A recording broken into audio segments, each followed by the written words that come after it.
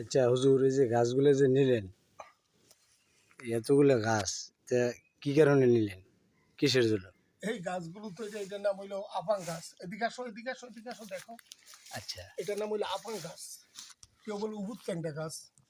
এই গাছের পাতাগুলো আছে না, আচ্ছা এই আপাং গাছের পাতাগুলো শুকাইবা, আচ্ছা সাথে ছোট লাউ, সাথে গাজর, একসাথে এগুলো ফিনিশিং করবা। তোমার যেই পরিমাণে এই গাছের পাতাগুলো নিবা, আপাং গাছের পাতা, এই পরিমাণে তুমি লাউ নিবা, এই পরিমাণে গাজর নিবা। এটি আলাদা আলাদা শুকাইবে, শুকাইয়া কমপ্লিট করে পাউডার করবা। পাউডার করে শুধু এমনিতে কেউ খাও, ডায়াবেটিসের জন্য খুব ভালো একটা ওষুধ।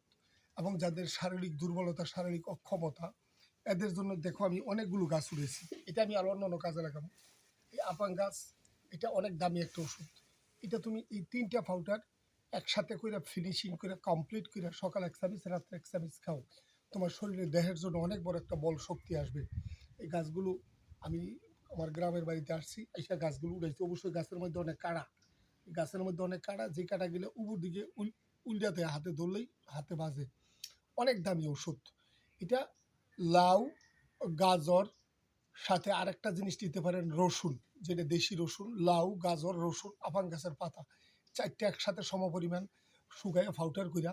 এরপরে তুমি 1 চামচ সকালে, 1 চামচ রাত্রে খাও। পারলে মধু দিয়ে খাও, না পারলে এমনি খাও, পারলে দুধ দিয়ে খাও। আলহামদুলিল্লাহ, খাওয়ার পরে তুমি দেখো কি এনার্জি আসে, কি শক্তি আসে। আল্লাহ রাব্বুল আলামিন এই আপাং গাছের মধ্যে কি ক্ষমতা, কি শক্তি দিয়ে দিছে। খাইলে তুমি বুঝবা, না খাইলে বুঝবা না। এটা আমার কাজে লাগবে। আল্লাহ হাফেজ।